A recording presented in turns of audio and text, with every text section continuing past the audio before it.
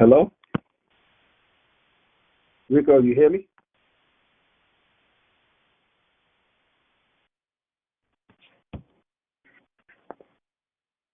Hello?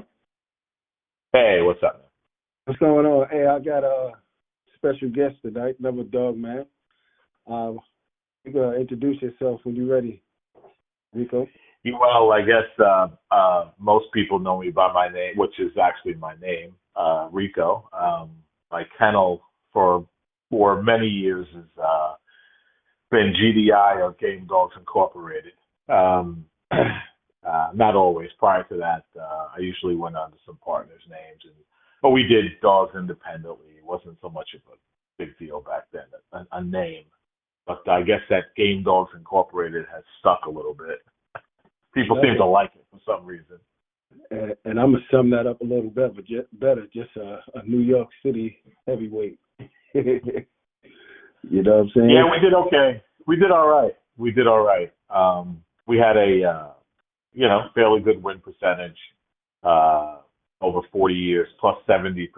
So yeah, we did okay. Well, the normal rundown. What got you started in the dogs? Like, Yeah, that was interesting. So growing up in New York, my grandparents were actually from, well, two of my grandparents were from New York. Two were born on the res here in New York, and the other two were from Georgia. My great grandfather, when I was a kid, um, always had a bulldog. I didn't really know what they were. Never had more than two. He would always, one would go, he'd get another one. My family, we bred dogs for a living, bred hunting dogs primarily. right. So, I was always, we had a kennel at my house, that was our, on my mother's side, that was our living. And so, my great grandfather and my uncles who hunted all over the country, sold dogs all over the country. So, yeah, and I had a dog. And then the summer before I went to college, I worked in as a manager of a warehouse. That warehouse made video games, pool tables, and the warehouse manager happened to be uh, a well-known dog man from the New York area. He ended up being my mentor, and that's Shorty Medlin. Now, there's two Shorty Medlins. So Shorty, my mentor, was from Fayetteville, and he also happened to be friends with Brantley Miller, who a lot of you know owned Champion Paladin, some other great dogs. So I ended up working for him, and I would see them talking and his brother talking about shows and what happened and Corvino dogs and Colby dogs and then that's actually where I got my first journal. I hadn't heard about it, knew about it, but it's just like anybody getting into the game. But you have to search, you have to find out until you get lucky enough, right, to Let me meet ask you a that guy. question. Let me ask you a Yeah, question. How old was you when all of this stuff started occurring? that 17. I was 17. Oh, okay. The I actually, by the time that summer was over rather, they had me, handling dogs, feeding dogs. That Christmas, well, I bought a dog for like $20 from from some local guys because pit bulls were all everywhere back then. And You remember you could find them in the Daily News in the pet section, the little pet I section. do. I remember. Yeah, they were. You could find them in the Penny Saver, and some Right. famous dogs. Some Right. famous dogs That's how have been purchased like that. that's how I met Joe Tan, because he had an ad for Champion Switchblade in there. And Oh, really? yeah, I called him and went out to the shop in Brooklyn, and that's when I linked up with Joe T. So Huh? I'm pretty. Yeah, you know Joe T, right? You remember he's still into the I, dogs? Or? I don't know. He may be. I haven't spoken to a lot of guys in a long time. I only speak to the core guys, from back then. Obviously most of them are out of the dogs. Some Right. aren't, but yeah, I don't venture out and see what's going on or anything like that. Okay. But you remember that store though, right? By King's Plaza? Yeah, of course, Okay. of course. Yeah. I forget where we were, but it was him and guys you might not know, Mickey Satilli, Hold John up. Hold Cusack. up. Did Satilli own the Neapolitan Masters? That's the guy out on Long Island in Glen Oh, Cove. Michael. But Michael. even, Yeah, yeah, Michael. Yeah. yeah, and so we used to go over there a lot too, because we get green tripe and stuff back then when I started working dogs. I started working dogs before I actually did my first dog, which I think was somewhere around Christmas of '81. Okay. And yeah, so it was Christmas of '81, and I had a little hot streak. I won my first 4 matches I ever did, being completely green and kind of learning, but hey, it happens. And then You came back to remember reality. you remember the dog man that you beat for the first floor? Four, but he like of equal competition or Yeah, I went into, I don't remember all of them. It was a guy up at Captain America's. I can't remember who he was. He was a friend of Red Road, who's actually been out of the games for a long time. He was good buddies with Ozzie Stevens. I beat Alan Waldman, Island Kennels. and Yeah. this is part of your first four, right? This is the first. Yeah. It's a long time ago. I've done a lot of dogs since then. And just to let the listeners know, Alan Waldman is the one that owned Grand Champion Buck. Yeah. So you have to understand that back then, I think that New York dog guys didn't get the credit because everything was, Texas and this and all that and stuff. But I can tell you, nobody ever came up here and won here. I mean, if they did, I can't remember. These guys didn't travel. Well, we traveled.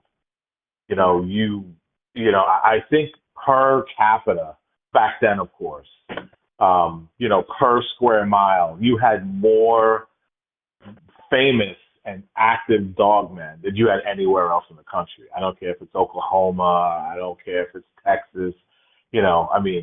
Now it's a little bit different because there's people spread out, but the Northeast had the most active dog men of anywhere in the country, in the world, actually, in my opinion. Well, I remember one dog that came from out of town because I think I was supposed to.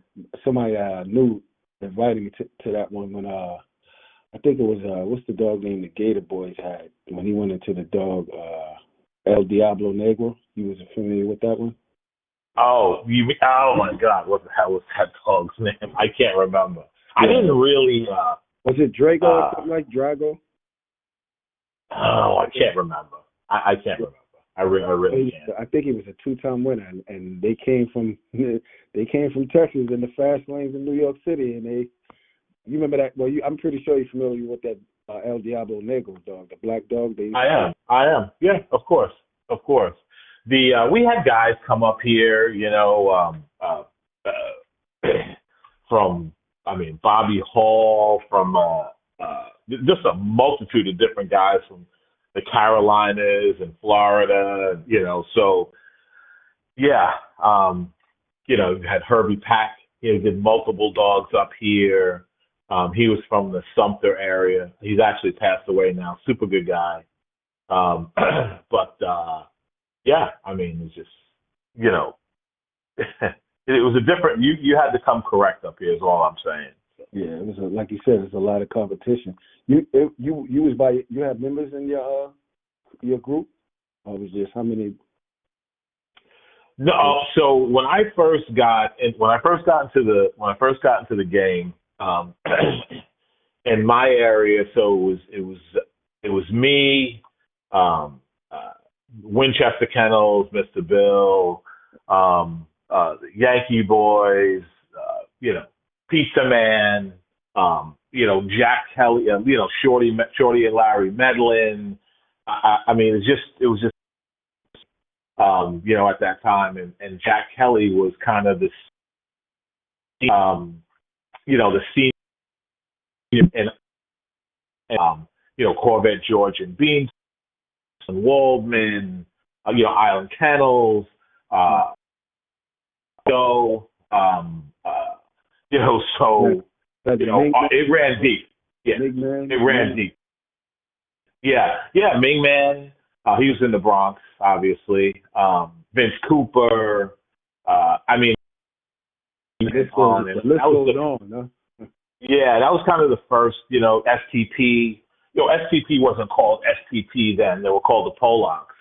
Right. So we would all kind of gather uh, at Jack Kelly's, and I met through my mentor Shorty Medlin. I met Redline Lenny. So a lot of people, if you don't know who Redline Lenny is, Redline Lenny was the top referee of the '80s and into the '90s. Mr. Bill Right. I always used kind to of see took him. over. Yeah, when Mr. Bill used to the Chronicle, he always was. I always seen Redline Lynn as a ref in a lot of them. Correct. He was, and he had the final say. Guy said, "Oh, whatever," and I got cheated, or they did this, or they did. Jack would call him, and he would say, "This is what happened." The guy never, and into, you know,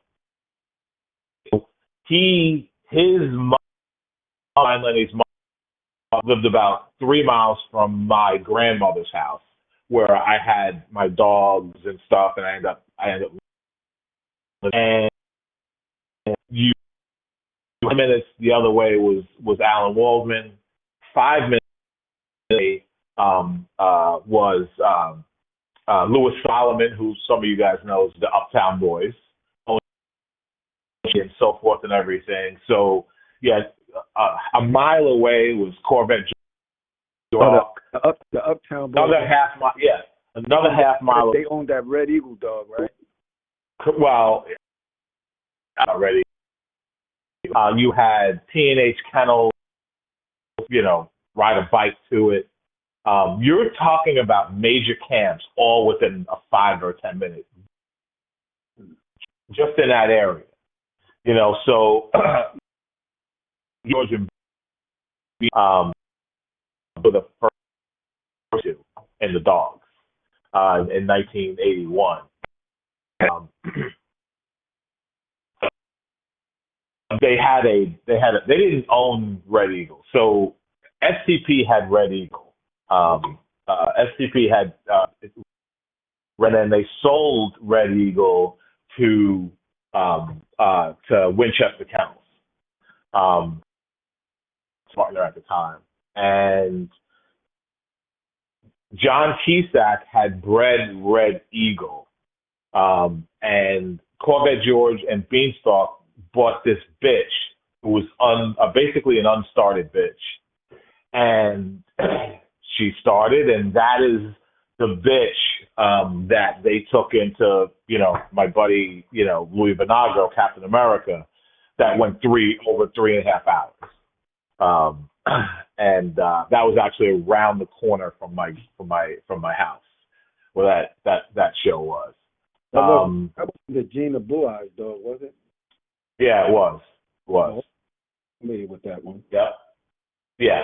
So, yeah, that was, these are all within just a few minutes, but, Red Eagle didn't produce to get back quickly. He should have. He didn't produce.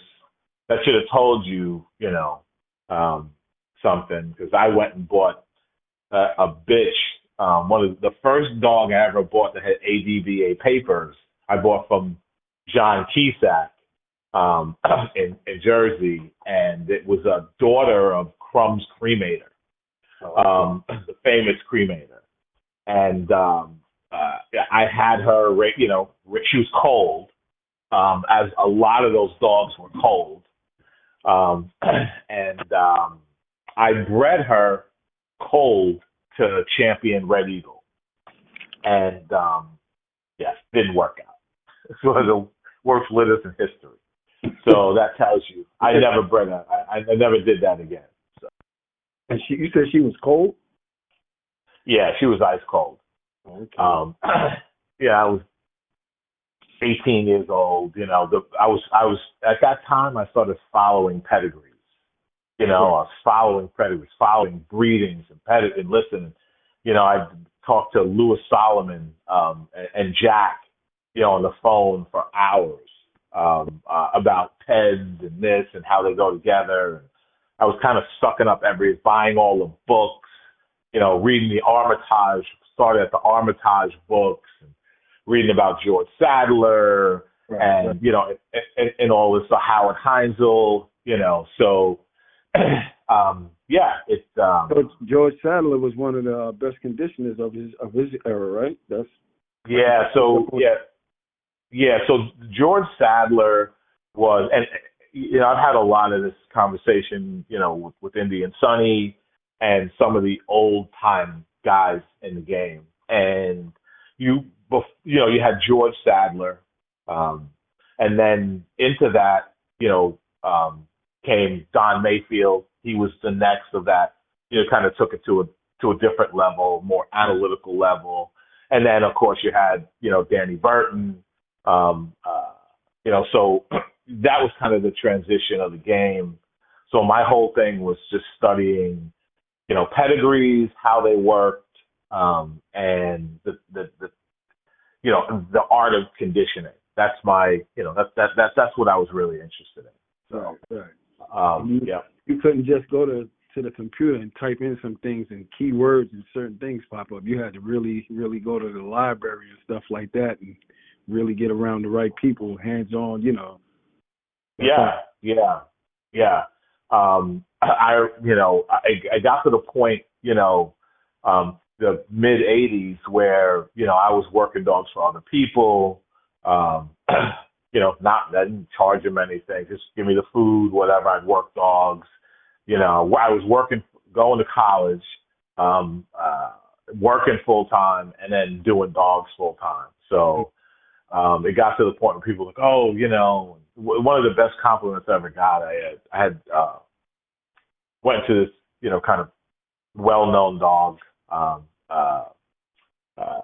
Lester Hughes' Champion Pete, and STP had bought the dog. We were very good friends at the time, but he, my buddy Pierre, at the time, was like, listen, I need you to work some dogs for me. And we won the show. So that's another story down the road, but we won the show in fairly short order, a pound and a half light. And I remember John Keysack came up to me and he goes, your buddy didn't work that dog, did he? I go, what do you mean? He goes, you worked that dog. And I said, yeah. He goes, I could just tell. He goes, I knew it. That was the best compliment. Probably one of the best compliments I ever got in the game. He knew how my dogs reacted, how I worked, and plus I handled the dog, so he must have obviously saw I had a fairly good rapport with the dog. Right. Hey, John Keysack, did he own the dog Grand Champion Mammy? No. The Yankee boys own Grand Champion Mammy. Greg and those guys from here, from New York. Yeah, I met Greg at Joe Tan spot one time. Yeah, so they had Grand Champion Mammy. Mammy actually won. She beat champion Samantha at our spot. Oh, you got a chance to see her go, huh? Yeah, I saw her go a couple of times. What you thought of her style? Like, the type she was rough. Oh, okay. She was rough, super fast, small. She was also a cur. Sure, no one's ever said that, or you probably never heard it, but it was done at our spot, and I watched her quit.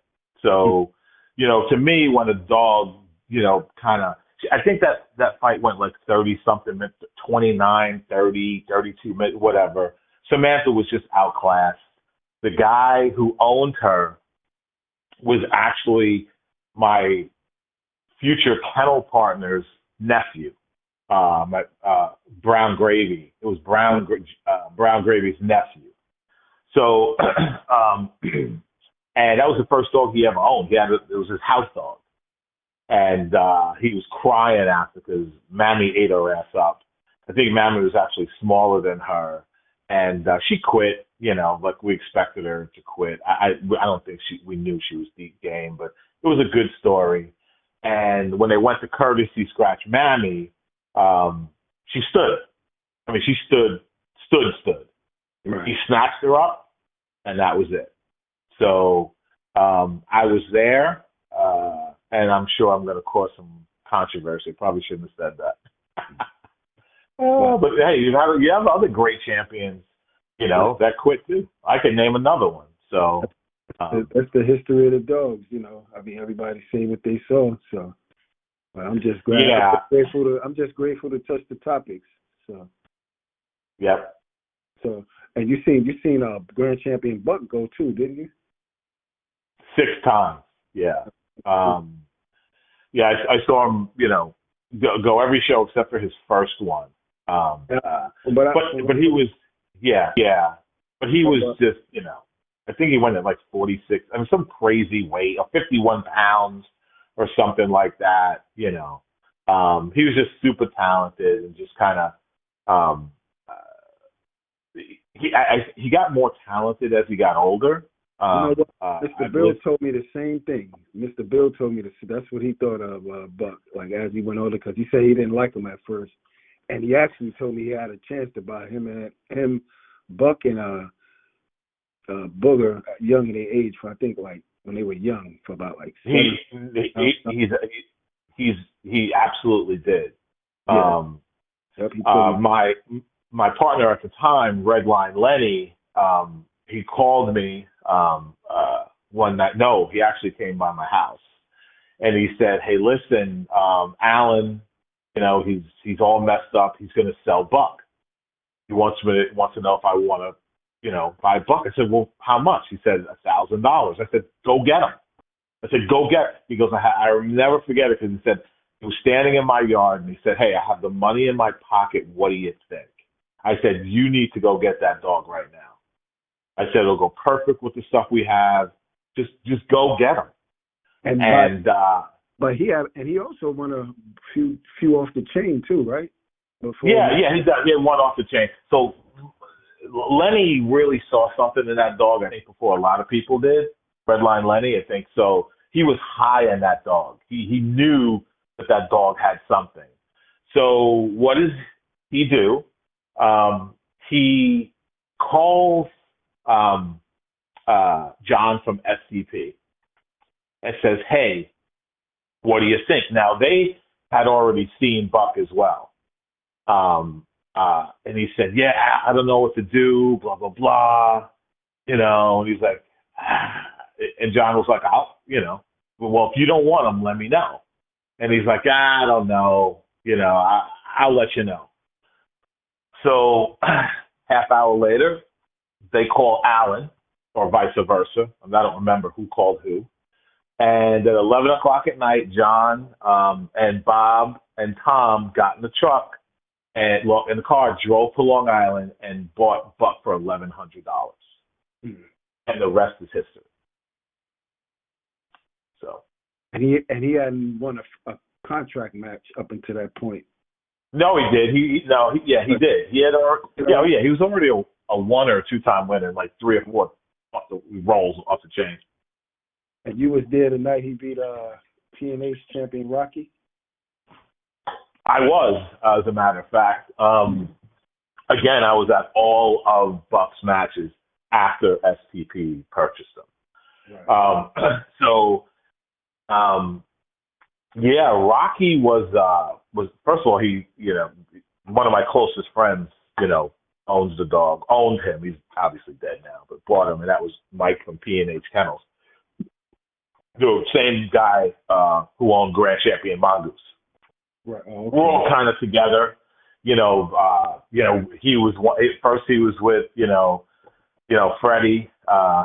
Freddie, Dr. Mengele. Then he was with kind of hanging with Mr. Bill. Then he was kind of with me.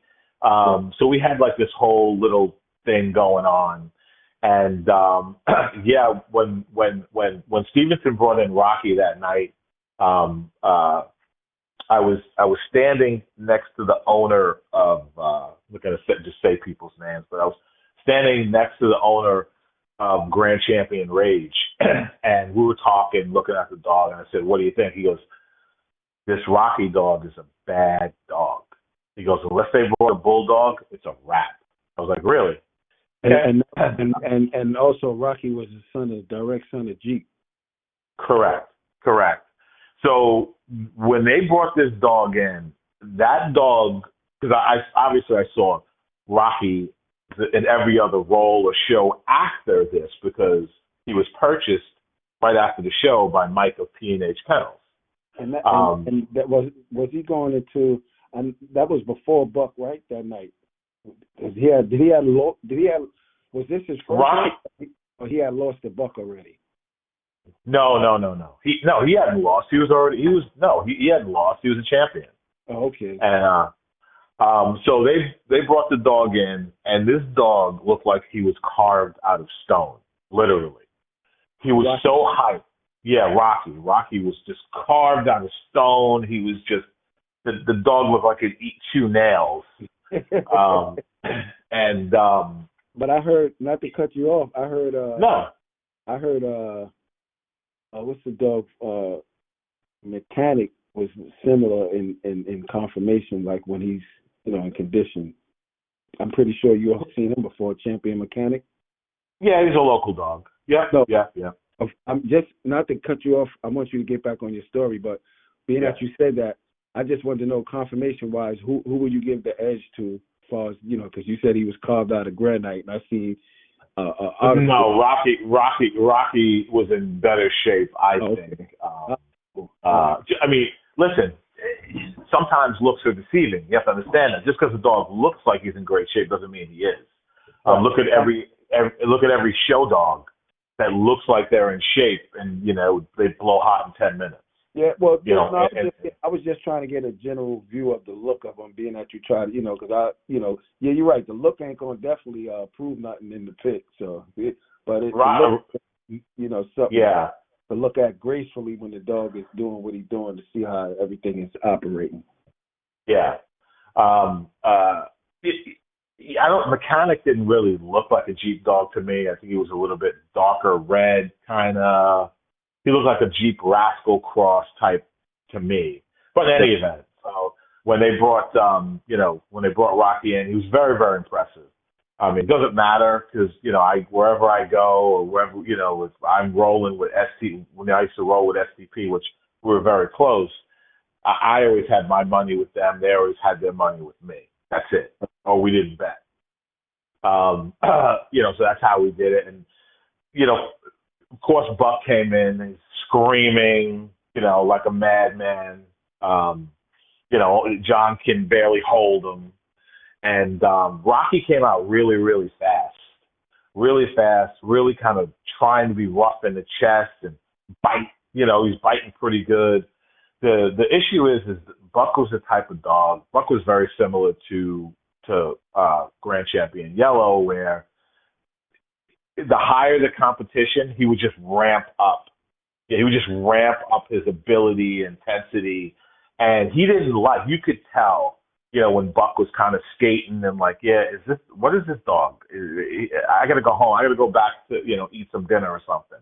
He had that kind of attitude. He didn't like Rocky, if you can understand what I'm saying. He really, really was on the offensive with Rocky. Got in Rocky's chest, shoulders,